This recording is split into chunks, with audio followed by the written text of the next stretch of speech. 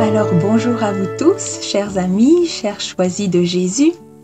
J'espère que vous vous portez bien en ce 5e samedi de confinement. Même si j'imagine que ce ne doit pas être évident tous les jours, on commence à trouver le temps un peu long. Ici au Québec, le printemps arrive, on peut enfin prendre du bon air dehors, mais on est encouragé à rester à la maison. Et je sais que où que vous soyez, vous avez aussi chacun, selon vos pays, des contraintes liées au confinement. Mais, je vous le dis, comme je me le dis souvent à moi-même, ces semaines particulières, ce confinement, cette crise que nous traversons, n'auront pas raison de notre désir de nourrir notre relation à Dieu. Et c'est peut-être le moment idéal pour justement prendre le temps d'approfondir cette relation, d'ouvrir nos yeux et nos cœurs pour être témoins de l'agir de Dieu, témoins de sa grâce. Alors, merci à ceux qui sont déjà là. Merci, bonjour à tous ceux qui nous rejoignez aujourd'hui. Alors, on est samedi, le 18 avril, en cette belle semaine de l'octave de Pâques, dans laquelle nous célébrons chaque jour la résurrection de Jésus. Alors, 8 fois plutôt qu'une, chaque jour nous célébrons Pâques, chaque jour la résurrection de Jésus. Et demain, en église, on va vivre une fête que j'affectionne particulièrement. C'est le dimanche de la miséricorde divine. Alors hier, Linda vous en a tellement bien parlé de cette fête que je ne recommencerai pas. Mais je vous invite, pour ceux qui ne l'ont pas vu, à aller voir le Facebook Live d'hier pour entendre parler de ce que c'est la fête de la miséricorde divine, qui est Sainte Faustine. Alors voilà. Et puis quand j'ai vu le live de Linda, vous savez, j'avais déjà prévu de vous parler aujourd'hui de la miséricorde. Puis j'ai pensé changer de sujet. Mais je suis descendue dans mon cœur et j'ai compris que ça devait être le bon vouloir de Dieu, qu'on parle et qu'on reparle sans cesse de sa miséricorde. Alors, en lien avec la fête de demain, je vous propose de vivre cette petite causerie, cette petite rencontre sur le thème de la miséricorde pour qu'advienne la civilisation de l'amour. Alors, la miséricorde de Dieu, on sait ce que c'est, mais mon expérience m'a souvent prouvé que l'être humain oublie facilement. Alors, c'est toujours bon de se rafraîchir la mémoire et de se rafraîchir le cœur à propos de cette miséricorde de Dieu. Dans miséricorde, on a 2 mots. Donc miséricorde, c'est un mot qui en regroupe 2, les termes misère et cœur. Alors moi, je le définis de cette façon-là. Chacun peut y avoir sa propre définition, mais moi, je le définis de cette façon-là. La miséricorde, c'est la compassion sans faille du cœur devant la misère. C'est l'amour de Dieu qui est allé plus bas que l'homme dans la souffrance pour que l'homme ne se sente jamais seul. Jamais seul dans sa souffrance, jamais seul dans sa misère. Et c'est extraordinaire et trop souvent on l'oublie. Alors, c'est bon de se le rappeler, Dieu qui est miséricordieux jusqu'à descendre plus bas que nous pour que jamais nous ne soyons seuls. Alors, jusqu'où va notre confiance dans la miséricorde de Dieu? Est-ce que nous croyons qu'il est allé jusqu'à mourir par amour pour nous sauver, et pour que nous ne soyons jamais seuls dans nos souffrances? Est-ce que nous y croyons? Croire en cette miséricorde divine, en vivre au quotidien, c'est une manière de créer la civilisation de l'amour autour de nous. Cette civilisation de l'amour, on le sait, elle est en route. Et dans des temps particuliers comme ceux que nous vivons actuellement, on peut la voir pointer.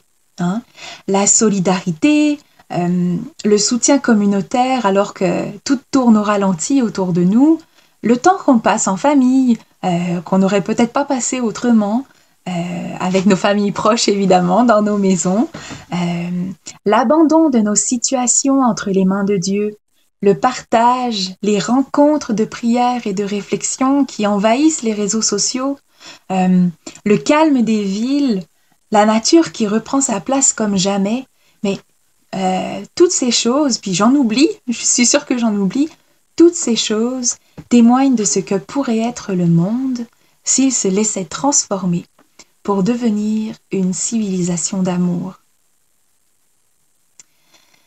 Je ne sais pas si toutes ces belles initiatives que nous voyons naître en ce moment avec la crise du Covid-19 vont perdurer par la suite. Mais je sais qu'il m'appartient, à moi personnellement, de maintenir les bonnes et les belles habitudes que j'ai prises pendant ce confinement. Et la civilisation de l'amour viendra comme ça, une personne à la fois. Et si chacun nous choisissons d'agir pour faire grandir la civilisation de l'amour avec miséricorde, ben nous aurons fait faire un grand pas à notre humanité vers ce royaume de Dieu, vers cette civilisation de l'amour. Je fais juste une petite parenthèse. On parle de crise du Covid-19, de la Covid-19, mais est-ce que vous savez ce que signifie le mot crise? En latin, crise, ça rapporte à l'idée d'un changement imminent. C'est une définition. En grec, le mot crise, ça signifie le moment de prendre une décision.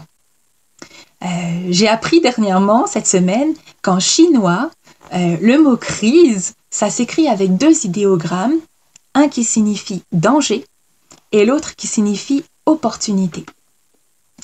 Alors en français, on a l'habitude d'exprimer par le mot crise tout ce qui est mauvais.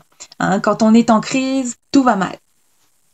Mais si on essayait aujourd'hui de redonner à ce mot sa vraie signification, une crise, même si elle passe par des difficultés, par des dangers, c'est l'opportunité de faire du changement. Ça fait moins peur quand on l'entend comme ça. Une crise, c'est l'opportunité de faire du changement. Alors saisissons cette opportunité. Changeons nos cœurs, changeons nos vies pour bâtir quelque chose de nouveau, mais qui au fond est déjà là dans nos cœurs et qui ne demande qu'à jaillir, la civilisation de l'amour. Alors je ferme la parenthèse et je reviens au cœur de notre thème du jour, donc la miséricorde pour qu'advienne la civilisation de l'amour. Je vais vous partager quelques expériences de pardon qui pour moi entrent parfaitement dans notre sujet d'aujourd'hui. L'agir de Dieu qui passe par la miséricorde pour faire jaillir ce qu'il y a de meilleur en nous, notre aspiration à la civilisation de l'amour. Mais avant de vous lire ces témoignages, je vous partage un message de Jésus dans les volumes Pour le bonheur des miens, mais choisis Jésus, un message sur lequel je suis tombée et qui a été pour moi une réponse de Dieu pour ce Facebook Live avant même que j'ai eu le temps de lui poser la question. Donc c'est tiré du volume 3, du numéro 23. Et c'est un message que Jésus a demandé à Léandre de transmettre à un homme qui a fait de grandes erreurs dans sa vie et qui est passé par le bûcher de la souffrance. Moi, je vois dans ce message une magnifique expression de ce qu'est la miséricorde divine, une très belle définition. Alors, je vous lis ça tout de suite. Ça s'adresse à un certain G, mais c'est pour chacun de nous. Évidemment, les messages qui sont regroupés dans les volumes sont pour chacun de nous choisis de Jésus. Alors Jésus nous dit: Fils bien-aimé du Père, fille bien-aimée du Père, toi qui as été choisi avant ta conception pour vivre ce que tu vas commencer à vivre aujourd'hui même, tu te dois de donner et redonner ton oui total et inconditionnel à la volonté du Père pour que se réalise en toi son plan. Tu dois lui remettre ton passé, aussi bien ce qui est bien et mauvais, beau ou laid, Donner à la miséricorde du Père, ce passé n'est plus une douleur pour toi. Il n'est plus une lourdeur pour toi, car tu ne le portes plus sur tes épaules. Le Père le place sous tes pieds, comme des pierres, pour t'élever vers lui. Plus les pierres sont grosses et lourdes, plus tu es sur le solide et plus tu es près de son cœur. Plus tu peux entrer dans la plénitude de l'amour, ce à quoi tu aspires depuis ta tendre enfance. Viens te jeter dans mes bras. Ne perds plus de temps à regarder ni ton passé, ni toi-même. Tourne ton regard vers moi, ton Dieu. Regarde mon amour, regarde ma miséricorde. Jamais tu n'en seras digne, jamais tu ne le mériteras, mais accueille-les dans ton cœur, parce que le Père veut qu'il en soit ainsi. Fils, fille bien-aimée du Père, moi, ton Dieu, ton Sauveur Jésus, je suis à genoux devant toi, pour te supplier d'accueillir mon amour. Tu as été amplement purifié au feu de la souffrance. Ce qui reste à être purifié le sera par le feu de mon amour, en autant que tu l'acceptes, et, si tu l'accueilles, c'est encore mieux. Tu ne peux l'accueillir pleinement si tu ne t'accueilles pas pleinement. Tu dois faire une grande distinction entre toi et les gestes que tu regrettes d'avoir posés. Pour t'en convaincre, regarde le reniement de Pierre, regarde la complicité de Saul dans le meurtre de saint Étienne, ce qui ne l'a pas empêché de devenir saint Paul. Tu es précieux pour moi, ton Dieu, et j'ai besoin de toi. Viens te jeter dans mon cœur, je te confie à ma Sainte Mère, pour qu'elle vienne cicatriser tes blessures et te conduire dans le cœur du Père. Tendrement, follement et divinement, je t'aime.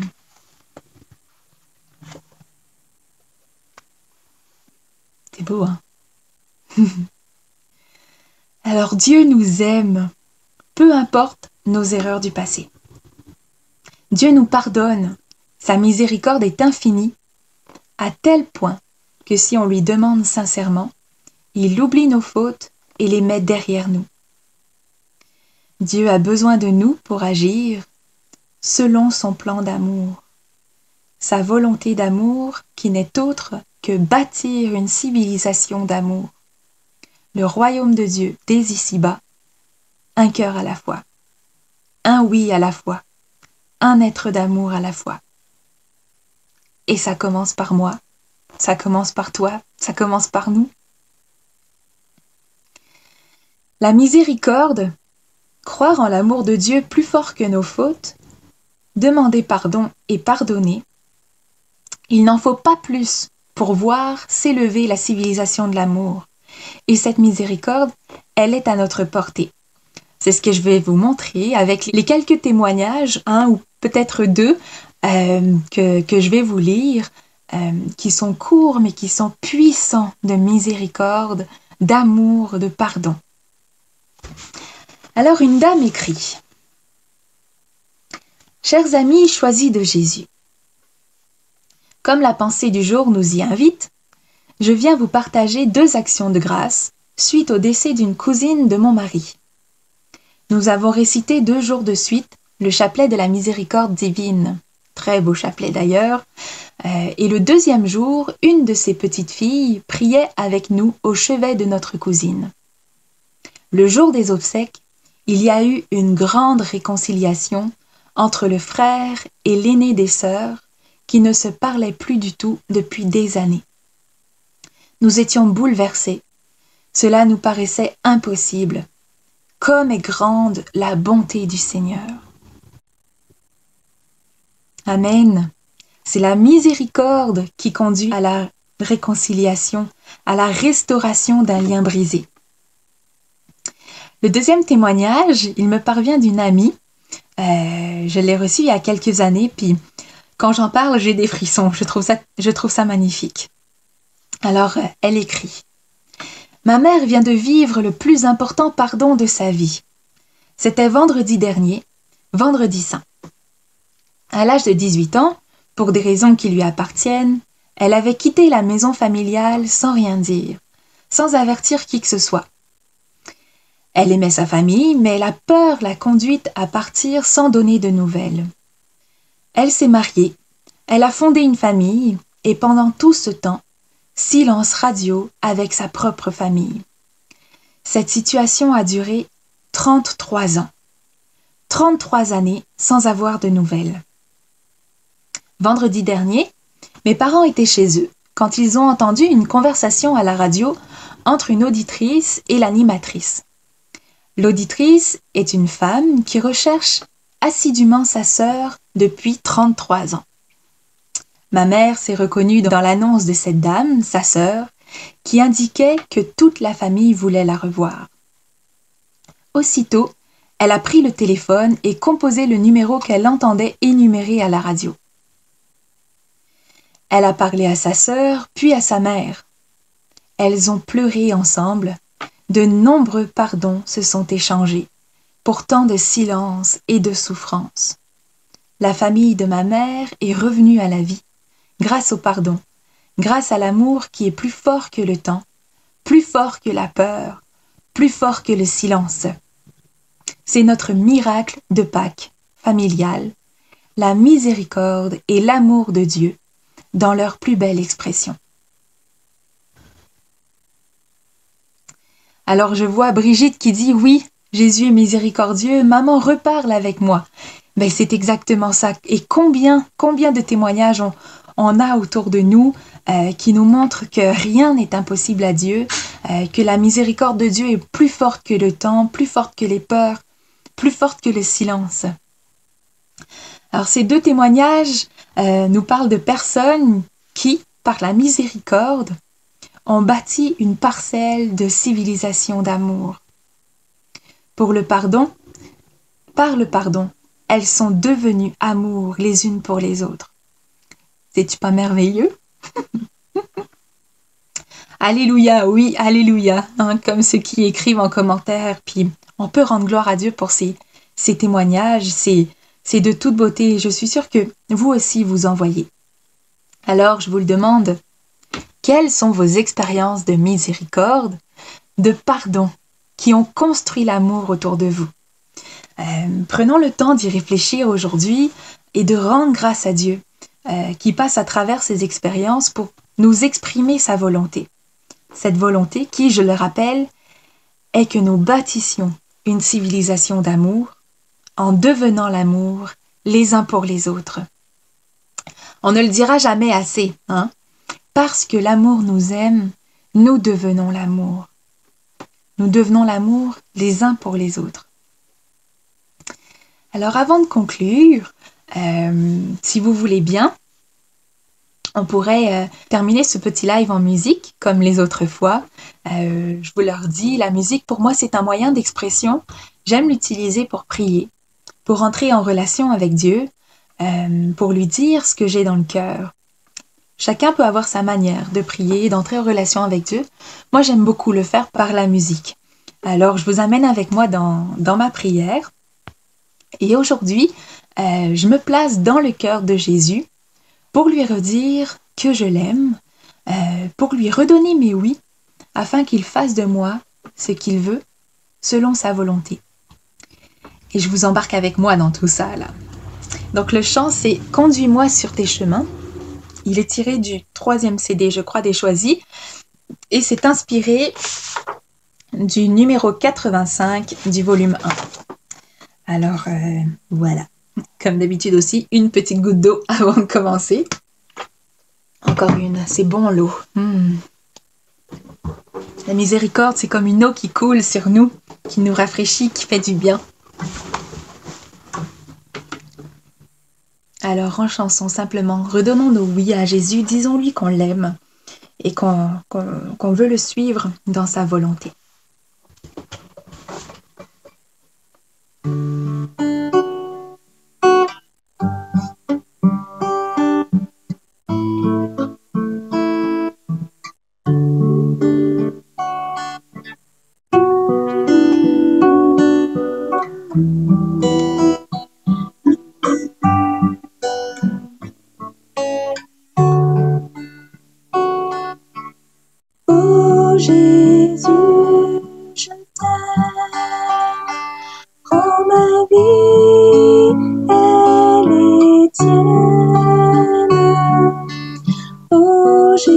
je t'aime, conduis-moi sur tes chemins. Oh Jésus, je t'aime, prends ma vie, elle est tienne.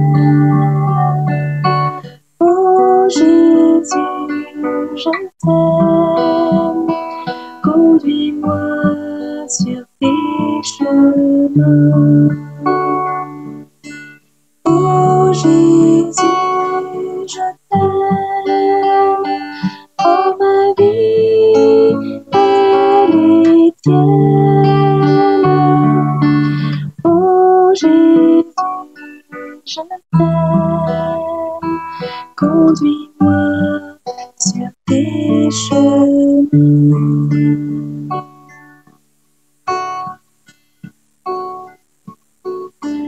Laisse-toi guider. Tu es sur la bonne voie.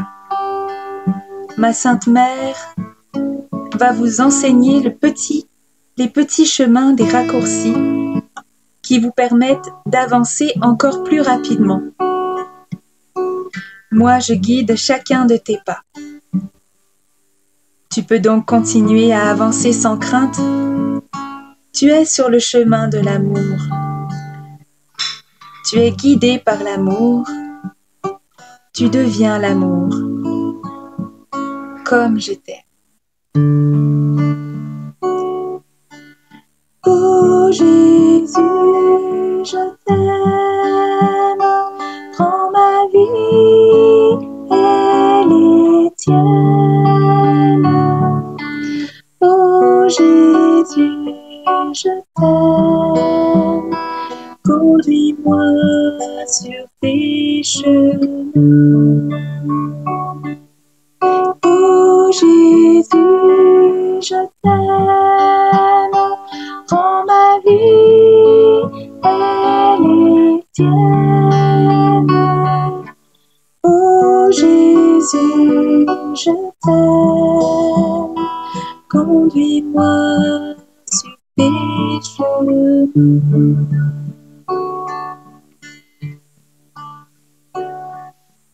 Jésus, je te dis oui aujourd'hui.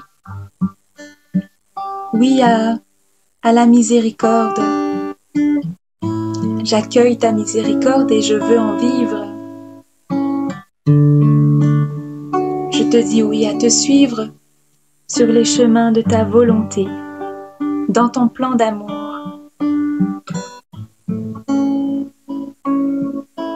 Je t'aime, Jésus. Oh Jésus, je t'aime, prends ma vie, elle est tienne. Oh Jésus, je t'aime, conduis-moi sur tes chemins.